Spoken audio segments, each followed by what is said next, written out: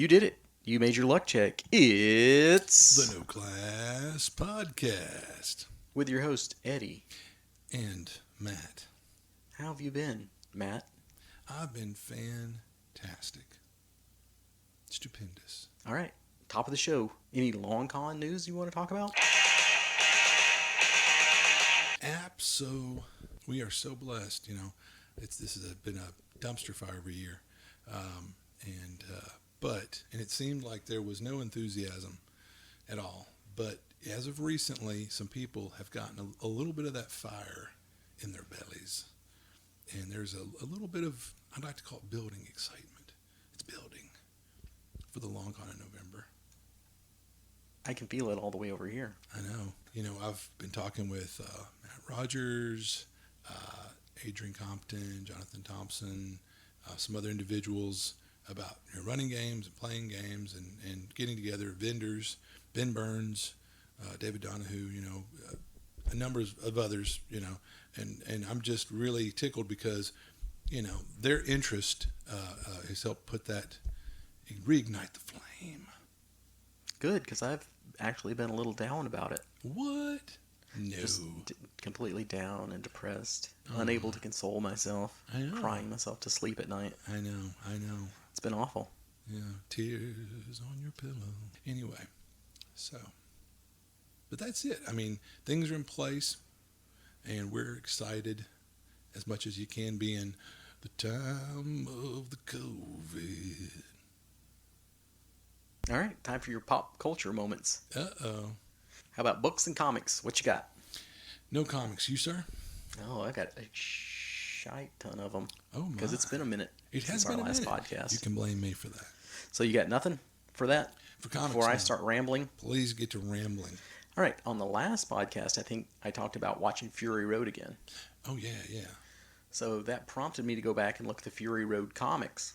Oh, yeah. So they came out with, I think, 4 different kind of one-off comics. There's one based around Furiosa, one based around Max. Like, how did he get... What's that girl that's been haunting him and that he's having the visions of? Oh, yeah. So it explains that.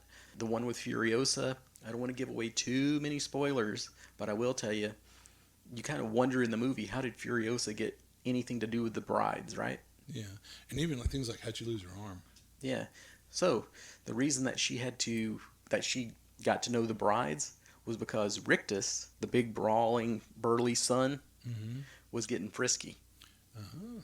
So he had gone into the room, the wives' chamber or whatever, with his dad one time, and he's like, "I want one of the pretties." So Immortan Joe is like, "Yeah, that's not going to happen." So he had to put a guard on him. Who did he choose? Furiosa. She doesn't have a pee-pee.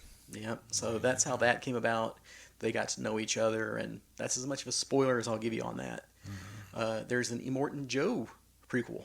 Oh, wow. Where it's like, how did he rise to power in the Citadel? It's the story of him and the Bullet Farmer. And do you remember the other guy off the top of your head?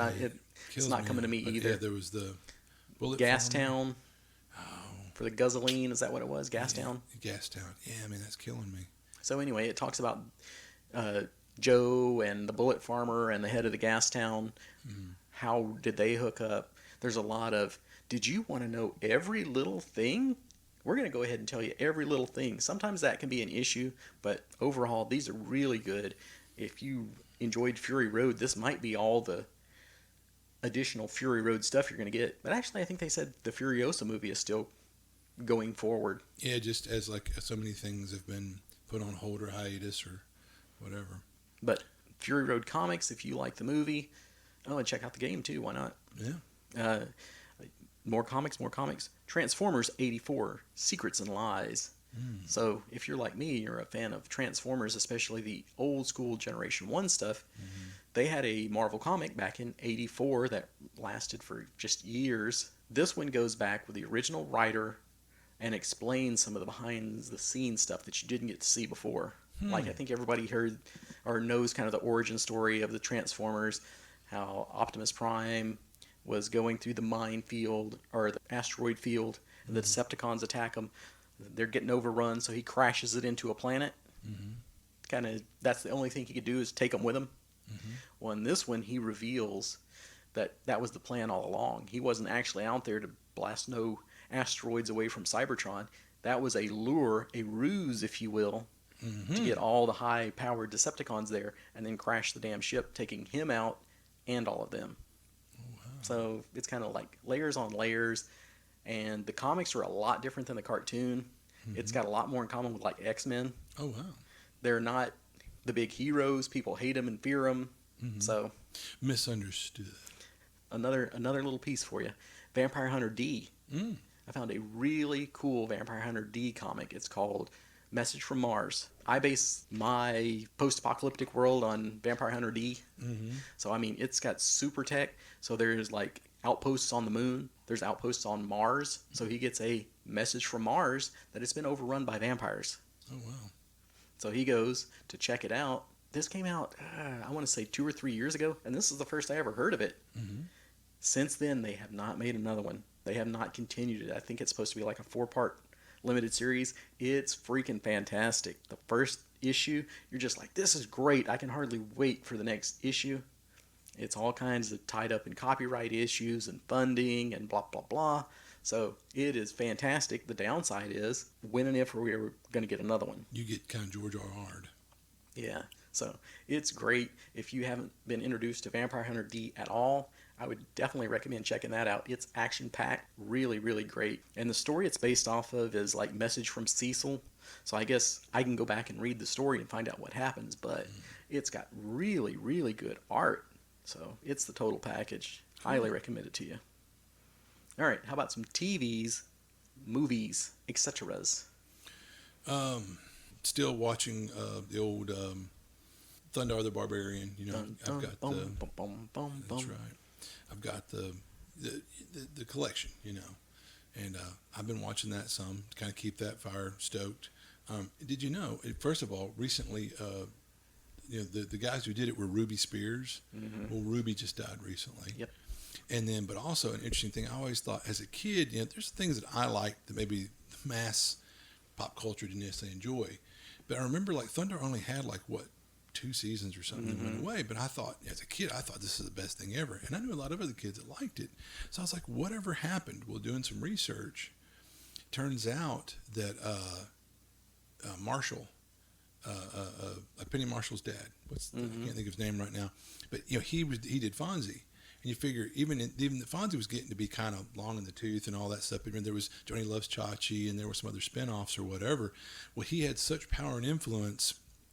He muscled up on ABC and said, I want that slot to do like a Fonzie cartoon or something. Oh, yeah, I remember the Happy Days cartoon. Yeah, and it like flopped horribly. It was Happy Days in Time Machine. Yeah, it was terrible. Yeah, and so, it was. So that's what they got rid of. Now, according to my research, it said that they didn't have the ratings either. So you love it and I love it. Yeah. But from what I saw, it didn't have the D&D cartoon ratings. Yeah. Where it was like, nah, you can't have another one. But D&D, I think they always had the ratings. I also found out in my research, I don't know if you came across this, but I guess it ran in like 83 or something, and then it ran again in like 86. It had 2 separate runs where they brought it back, and I think I might have actually caught it in the later run. Right, where I saw it in the early run, yeah. But I mean, I love that. I remember me and Gary, after an episode would go off, I'd be like calling him, like, "Where did you see that?" And he'd be, "Oh yeah, man," you know. So yeah, so I've been rewatching that, and then you know, as far as movies or TV or whatever, the first time I guess when the boys were out, I watched it on my own. Yeah, but I watched that. I'm rewatching it with Steph to get her ready. For then I'm going to want to watch, you know, season 2. And so it's funny. The first time around, I didn't try to sell it on her. Didn't know if she'd like it. But she's like, oh, no, I really like this. She's enjoying it so far. So with that said, have you watched any of the new season? I'm going to watch it with her, so no. I have. I know. I've watched the first 3 episodes. And I won't give you any spoilers, but there's nothing. Let me go back and add this to you. Amazon has decided they'd put out 3 episodes in a lump, and then after that you get 1 every Friday until like 9 October or something like that. So it's spread out over a month and a half. I hate that. Hey, I don't like that either. So I'm kind of like, maybe I'll wait and watch it all together in one dump because I'm not encouraging this behavior. So the first 3, if you're a fan from season 1, I can tell you the first 3 are good. Good. They wrap up some stuff from last season, a couple of the questions, but there's nothing that's really earth shattering to where it's like, ah, crap, I got to see that right now. Yeah. But on the flip side, the internet is full of spoilers. Mm-hmm. So you're The kind of internet is damned if dark you do and full damned of if you don't. spoilers. Yeah. Yeah. Well, I try to dodge that sort of thing. That's like years ago when Steph and I first got Hulu. We watched that thing that Hulu made off a Stephen King story about like going back to try to save JFK, time traveling. Mm-hmm. James Franco. It was good, but what was aggravating was they did it like a traditional serial television show. We had to wait every Monday to see the next one. I despise it. I'm like, this is the 21st century. We have streaming. You've got them all in the can. Put them out there. If I want to binge, let me binge. Well, in a way, I can see their point because it keeps you talking about it longer. Well, sure, that So if benefits it makes them. the show more popular, I get it. Oh, and they've already been renewed for a third season. Oh, yeah, I could believe So that. hooray for that because I want to keep it going. But at a time right now where we're kind of entertainment starved, Yeah, put it out there, man. yeah. But I'm somebody that'll binge it and then kind of regret binging it. So I don't know. Well, me and Steph, luckily, when we were watching a new season of whatever would come out, and it'd be that dump, that glut. We'll watch one or two per night, but still, if something's like traditional TV shows that used to at least have 16, 20 episodes, it's going to take you a while. We might miss a night or whatever. But there might be a rainy Saturday that we're not going to go visit anybody or do anything, and yeah, we might burn through say 5 of them. But we're not going to sit there and like do a 24-hour marathon and binge something all in one sitting. I mean, What are you trying to say? You have a problem, sir. You should get help. Well, it's Professional only help. like 10 episodes, so usually it'll be maybe a couple of days. I'm trying. What was the series I heard was only going to be 8? I don't know. Anyway, A lot of them now. Because And they're getting to that's- where they do that too, where it's like this season it's just so short. yeah. Because that blows my mind when like we get into a TV show, which is rare anymore because most everything on traditional TV is crap. But at least there's like, holy wow, this is like the good old days. It's like, what, 30 episodes? Oh boy, we can really tie up some time, with this, But so my report to you is The Boys season 2 so far so good. I've heard it only gets better Well, good. off those first 3 episodes too. So I'm like, all right. That's a good sign. Oh, here's one that I tried to get my wife into a little bit. Mm-hmm. Cobra Kai. Oh, yeah. I've got to say, Cobra Kai is freaking fantastic. Really? And I'm not a Karate Kid fan, No. but that might help. Yeah. And maybe that's the. If you're a diehard Karate Kid fan, this might be for you. You might hate it. It's like my childhood. Yeah. But I'm not a big fan of it, so really great show. Fantastic. Interesting. 2 seasons. That's probably like 12 episodes a season, Mm-hmm. Wow. 30 minutes a piece.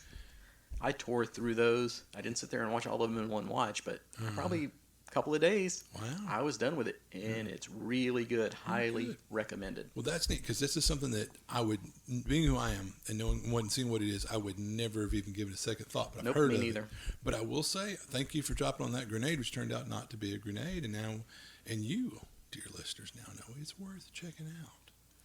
Which is kind of where we started the pop culture minute here. Yeah. Is this year, as everybody is kind of stuck at home and Oof. you've watched everything that you had thought about watching and you're like, give me some new stuff. Yeah, So I'm- hopefully this is new stuff to you. That's why we're doing it. Well, it's kind of like, it's funny how I used to make the comparison that game stores could kind of be like the old general store in the small town where everybody comes in. You see the old guy sitting across a barrel playing checkers, and some people reading the paper nearby, and they're chewing the fat about local news and different things, and things that interest them, like, hey, have you been fishing or hunting or whatever? I grew up in a small town, hello. But I love going to a game store, and I would hang out years ago, and you would get, because now the internet, everything's out there. But you'd hear about, hey, did you read that cool fantasy or sci-fi book, or did you see that sci-fi movie or book, or, it was interesting. You could learn about, oh, I'd never heard of that, and some people were like, hey, let you borrow the mini series, and so it was like nowadays there's so much information in the nerdosphere, and you don't have enough time to track it all down or suss it out. I just think I'm glad that We're helping you out. yeah.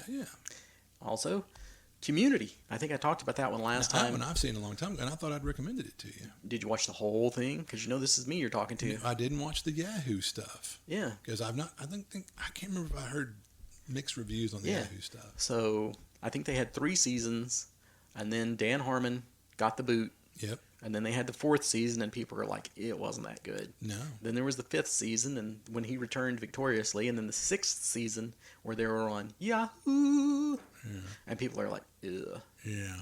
Of the 5 seasons or whatever that you saw, what did you think? Did you ever go, it really changed? There was a good season, a bad season. I think somebody, or I'd read once again out there on the Nerdosphere that there's one season without Harmon, but I couldn't remember which one it was, and I tried to kind of look.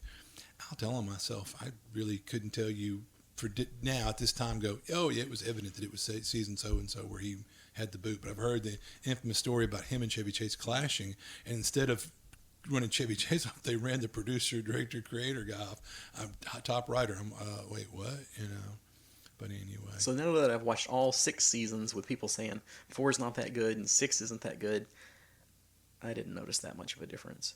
There you go. This is not my favorite show by any means. Yeah. It was funny. It's something that's on TV. Mm-hmm. It filled the time. I like the characters. It's I like good, the stories. But it's not great to me. Yeah. And I really didn't notice a lot of difference. So if you want to watch all 6 seasons of it, I say go for it. Yeah. When they come to the puppet episode, though, run as fast as you can. That was just god-awful. Yeah. What's that about? Yeah. I remember that now, yeah. But they did one where they were in G.I. Joe. Did you see that one? Yeah.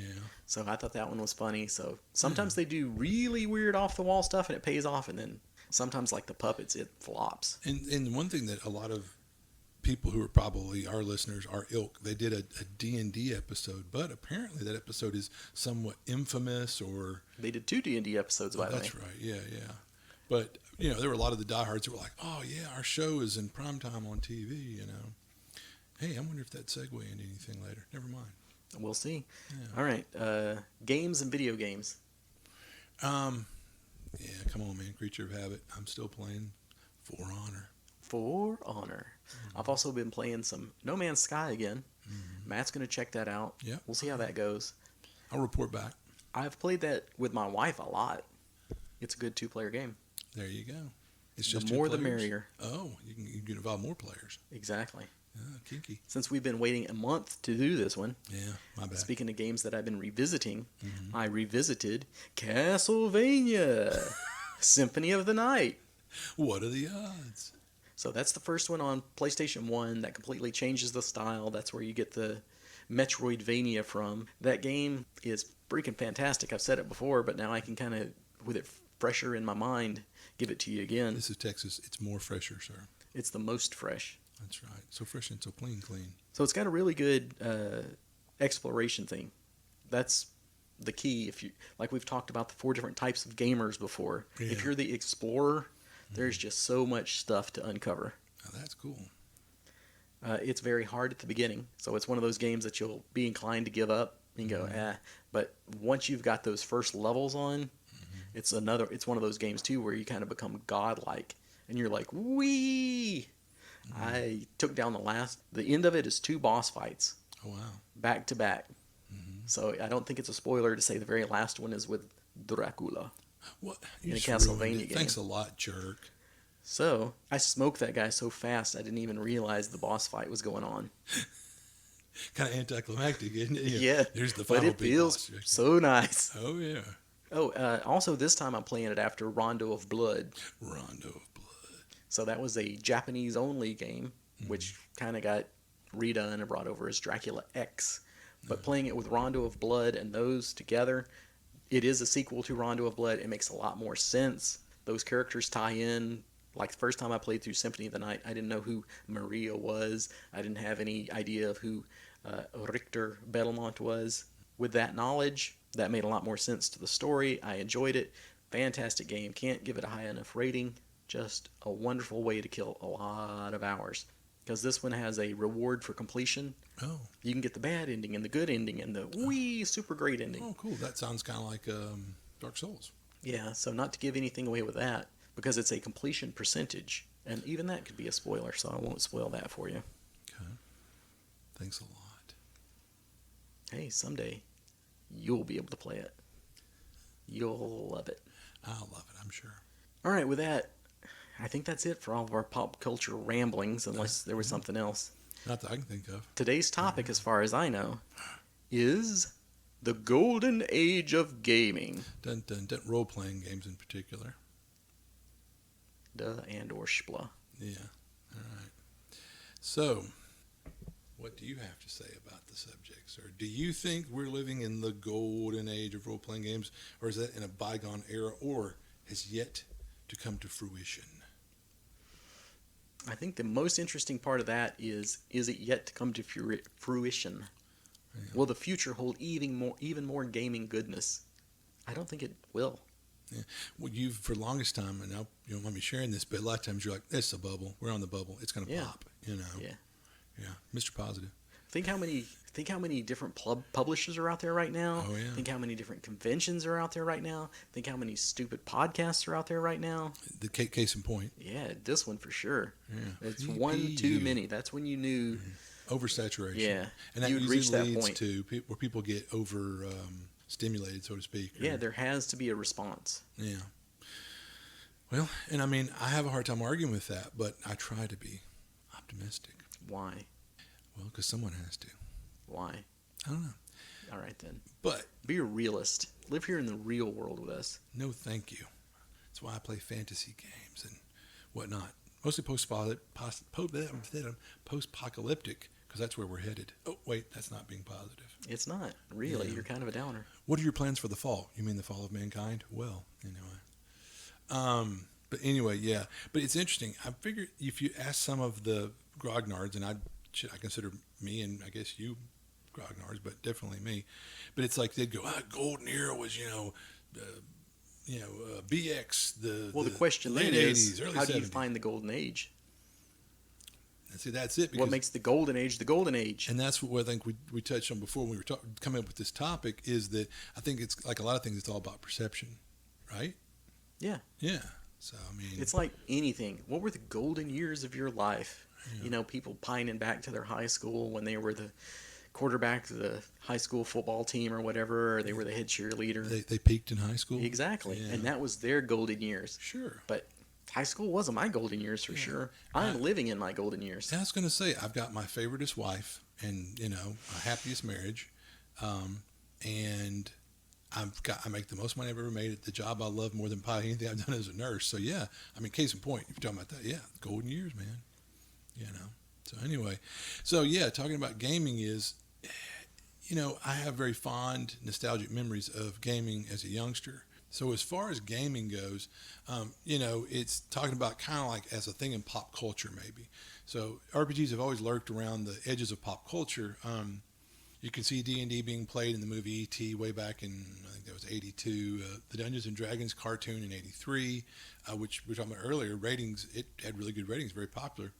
And the 90s had a Vampire the Masquerade TV show, which, not D&D, but still it's, gaming, whatever. The Kindred the Embraced. I love that show, and so does my wife. Yeah, see, there you go. I mean, it was a really cool show, but it was kind of a fringe thing, like maybe almost a cult thing, which is said it was pretty good. But it's always been kind of reasonably, niche, though. RPGs are much more mainstream today because of ease of exposure. Streams, podcasts have made them much more accessible.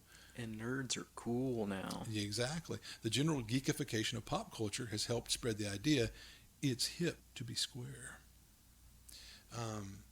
But here's the thing: is D&D was on its way in the 80s. When I say on its way, it was swelling in popularity, becoming more mainstream. But Patricia Pulling, which we talked about before, Are you pulling my leg? I am. She was bothered about D&D. Her organization was called Bad. And the Satanic Panic they and others fomented truly slowed things down. And if you'd like to learn more about the Satanic Panic, please check out episode 6 of this fine podcast. I thought it was 7. Please check out episode 6 or 7 of this fine podcast. But one of the first 10. Yeah, it really is one of our better ones. Very interesting, very informative. I'd actually argue that we are currently in the golden age of RPGs. Well, do it then. Argue it. Okay. Make that case. I will. It's now acceptable. It's now much more mainstream. There's a vast amount of RPGs for any game type. RPG celebrities exist and make careers out of running games. There are professional game masters, and anyone can go about publishing their own RPGs online. All right, hold on to that list. You still got more? A little bit. Look at the mind-blowing number and varieties of games available on DriveThruRPG, for example, which you just mentioned a minute ago. So, yeah. Okay, so this is where I get to poop all over that and be a grumpy old man. Mr. Positive strikes again. All right. So what's the first point? That's why I said hold on to that list. You're killing me. Smalls. So yeah, like I said, I'd actually argue we're currently in the golden age. It's now acceptable. much more than it used to be. Okay. So yeah, who cares about acceptable? This is true because we didn't care about it back in the 80s. Yeah. Or whatever. Do I need your permission? I need your No. And how many people are freaking hipsters now playing D&D? Yeah, no shit. I don't. Yeah. Grumpy old man. Yeah. Grumps on the podcast, but that's what you're here to listen to. If it was just all agreeable, it would be boring, right? Amen. So yeah, who cares about acceptance? Being a dude that loves heavy metal and all kinds of stuff that's not accepted by the mainstream, it's not the mainstream, man. Oh yeah, we were definitely outsiders.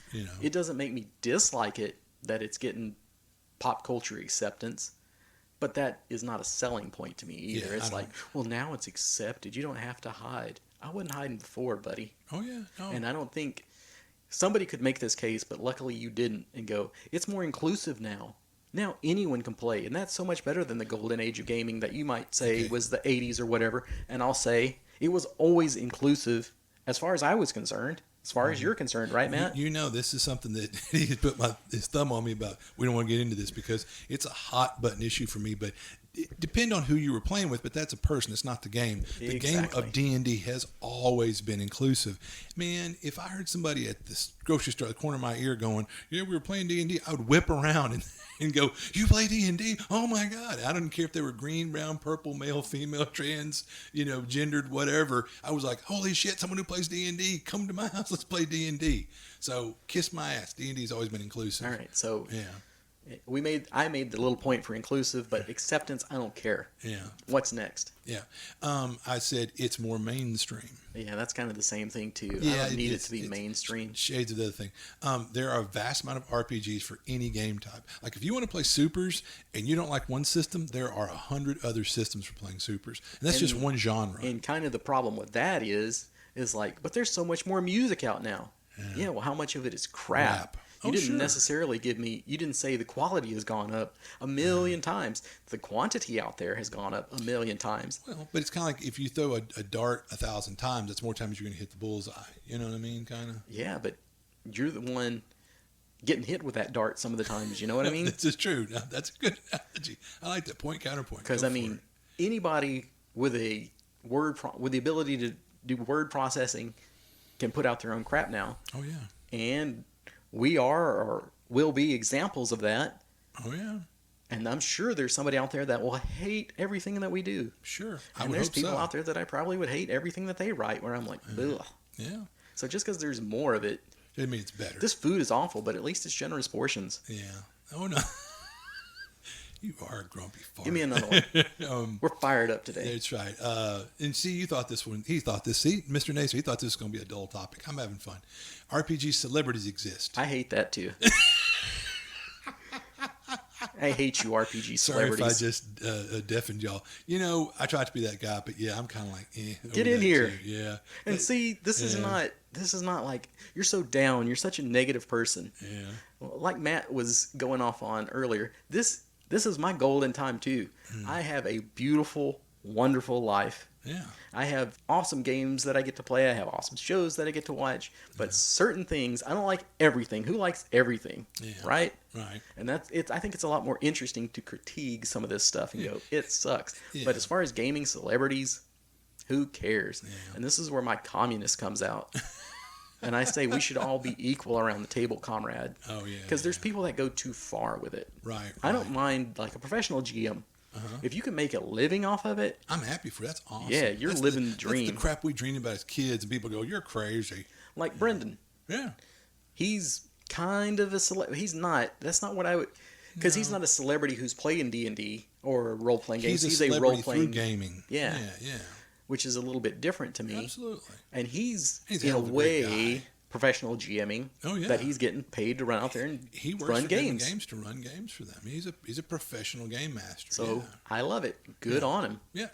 But I don't know. Almost in a way, there's certain celebrities where it's like, did you really do this, or was this your last gasp? It's like, well, I couldn't land a show and I couldn't do this, but I could do a podcast about D&D, or I can do a not Critical Role. I'm not calling you critters out, but there's other ones like that where it's like, here's my live play. Yeah. And it's like, well, and it's a lot of this, like riding the coattails, like, look what that Matt Mercer guy did. Maybe I can get a little piece of that action. And I guess, if you make it work, more power on you, but you're not an innovator, or whatever. I don't know. yeah.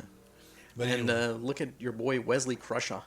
I went to Crusher See, I Beverly's. don't want to hurt anybody's feelings, but I'm not a fan of old boy. But anyway, yeah. What else was he doing? Exactly. If it wasn't for that, he would be collecting food stamps somewhere. So, I mean, you know. I'm not hating, but Yeah, I'm yeah. not that person that's fallen in line either. And Exactly. like I said, back to my communist nature here, I think we're all the same at the table. Yeah. I don't want to put somebody above me. Oh, no, You can be a better GM, Yeah. you can be a better player, but you're not better than anybody when you sit down at the table. The GM is not better than the players.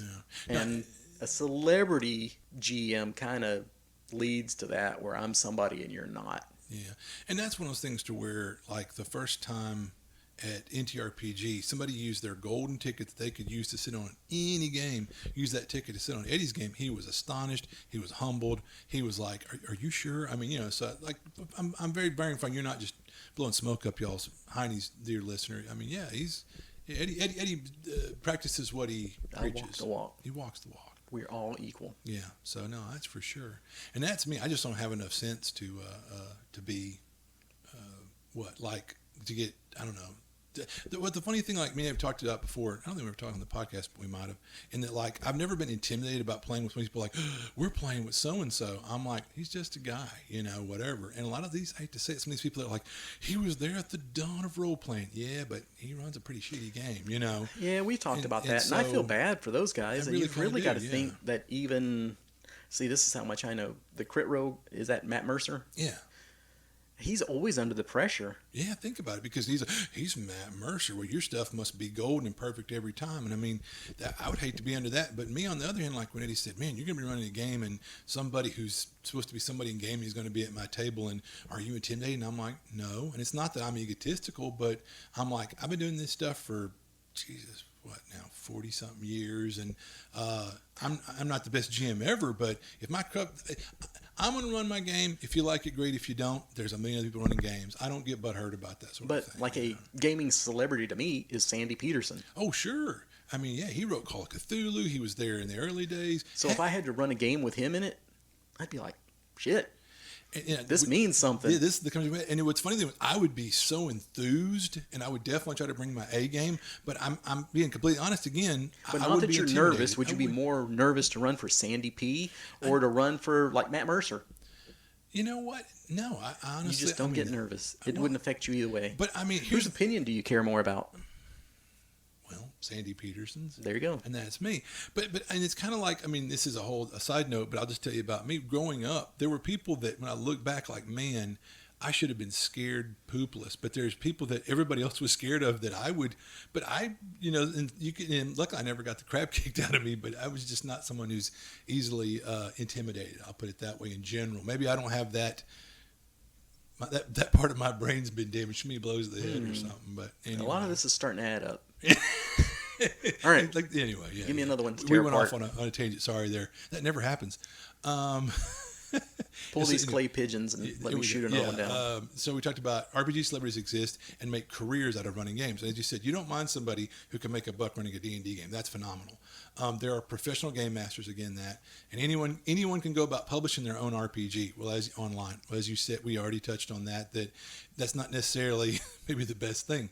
And I'd said, look at the mind-blowing number and variety of games available on DriveThruRPG, for example. You know, Yeah, and there's nothing wrong with having a variety. sure. But man, the further you drill down, the less likely you are to get a game too. I'm not saying everybody has to play D&D, but if you're doing Cthulhu in space with Star Wars rules, Yeah.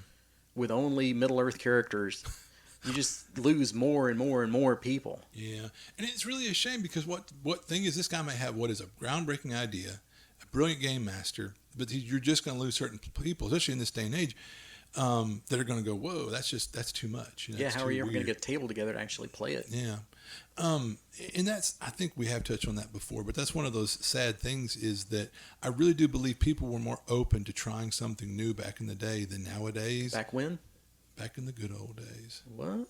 In the golden age of gaming? The golden age of the game? No, I'm not saying that was the golden age because of that, but I But will you say, do make a good point. no, That I mean, maybe people were more open to playing something other, but that's where you go into like how big is the gaming bubble right now, and how many people are in the gaming community, and how many of them are like Well, I only know D&D, and that's the only game that exists, and I've never even heard of another one. And that's all that I'll ever play. But I mean, I'm always touting, why cons are great. And one of the things is there are people that were like staunchly like, oh, I'm going to play in DDs. Oh, I want to play D&D. And they get to a con, and then they, for whatever reason, branched out and tried that other game. And man, more times than not, they're like, oh, wow, this is great. And they want to think, well, this must be the best game system ever, is why I loved it. And it's like, it's not so much about the game system. It might have been the quality of the game master, the adventure that he or she was running. Or whatever. But also it just goes to show you that these systems are just ways to impart the story to you as a player where you can meaningfully interact with it. They're just a mechanism, and some are better than others. But I mean, ultimately, don't get caught up in all that. Just if that's a good game master or mistress, it's a good story, and you're involved, and you're excited about your character. The onus, a lot of the work is on the game master to learn this other system. Most times it's just like I swing my sword, I cast my spell. Okay, roll a dice. I mean, it's not like, oh God, I got to learn this whole new system. No, you don't. The GM does, but you don't necessarily. Just tell them what you want to do, and they'll tell you what dice to roll or whatever. Anyway, that's a whole nother podcast. But anyway, yeah. So, what else would you add, sir, to the topic, or anything else you have to say? Last statements. Wow. Closing arguments. Wrap it up. Yeah, wrap it up, son. B. We've been at this for a while. No, we haven't. No, I'm joking, but anyway. But when is the golden age then? We need to at least resolve our question. Well, but we can agree to disagree. But it's just, like I said, I think right now probably, if you're going, you've completely invalidated them. But if you're going to validate what I said, then I make the argument that this is the golden age. So you're saying it's not. So is it an era yet to come, or was it in the past? The best time is now, and the best place is here. So what I'm telling you is the golden era is whenever you want it to be. Wow. Blew your mind. Blew my mind. You did. Because somebody that played in the 80s, like you have that nostalgia, is going to have that nostalgia. It's kind of like your first girlfriend or your first car or one of those things. It's never going to be as good again in certain things. You're always kind of chasing that. Yeah. Because I would submit to you that if I pinned you down for your golden age, you would say Living Greyhawk 3.5. No, not necessarily. But don't get me wrong, I talk about that a lot. A lot, folks. Yeah, no, I have a lot of great gaming memories there. I met a lot of good gaming friends. Some of them rest their soul. But yeah, I mean, and, maybe. Who knows? Maybe. When was the best campaign you were ever in?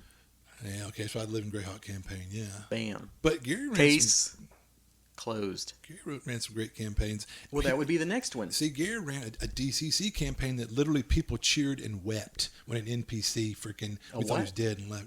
A non-player character. Oh, NPC. Sorry. NPC. When we thought he had been dead, girls were crying, guys were beating the table, and then when Gary goes, "Wait, I forgot this one loophole in the rules or something," and he lived, the people leapt from their chairs. I mean, Gary he's run some good campaigns. But yeah, I mean, so all of those were bright, shining moments through the years. Why have I been gaming for 40-some odd years?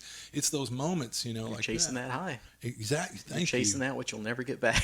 Yeah, amen. No, I know it's, and so that it segues into saying, yeah, this isn't this golden era because there's aspects of gaming right now that I'm not entirely enthused with. But if you just started gaming, you would love this is your golden age. Era.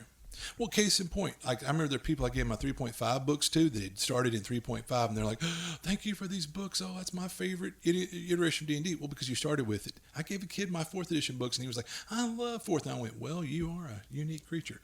But the fact was that's because he had started with 4th, where he first cut his teeth. I mean, you cut your teeth first on 2nd edition. What's one of your favorite iterations of D&D? First. Yeah, whatever. Wise ass. But anyway, no, that's like me. I still have a great deal of fondness for 1st edition because that's where I cut my teeth. But 1st edition, yeah, it's got its shortcomings, sure. Well, really, I'm to the point where it's like, roll a dice. Is it a high number? Okay, that's good. What you wanted to happen is happening. And that goes back to what I said a minute ago about the system is just a medium for, I mean, this man ran DCC for a year and never broke the book open. That's because after a while, you can see the matrix. Yeah. You don't need it anymore. No, if you've been doing this stuff long enough, yeah. It's kind of like, I can adjust this adventure on the fly. Right. Yeah. I've done that. You remember I ran Bone Hill in 5th, and I was had the old module in front of me and just change things up on the fly or whatever. I mean, and this is not because we're super geniuses, but if you've got any Definitely not. a certain degree of, when you've been doing this for a little while, that kind of stuff becomes easy. Thank you. Yeah. So anyway, and for those of you that have been doing it for a long, you know what we're talking about. You're like, yeah, duh, you know. So anyway, yep. All right. Once again, I have won the conversation, I think. Nobody likes you. That's fine. I don't care. Exactly. We already established That's what that. makes me the real hero. Oh yeah, a real American hero. Thank you for your service. You're welcome. Yeah. All right. Last chance. Last call. Yep. That's it. All right. Oh, I think I'm out of hit points. Yeah, because I beat that 0 level character. Suck I it. beat that 0 level character down. Whatever. We will see you in a month or longer. Thank you and good night. Good.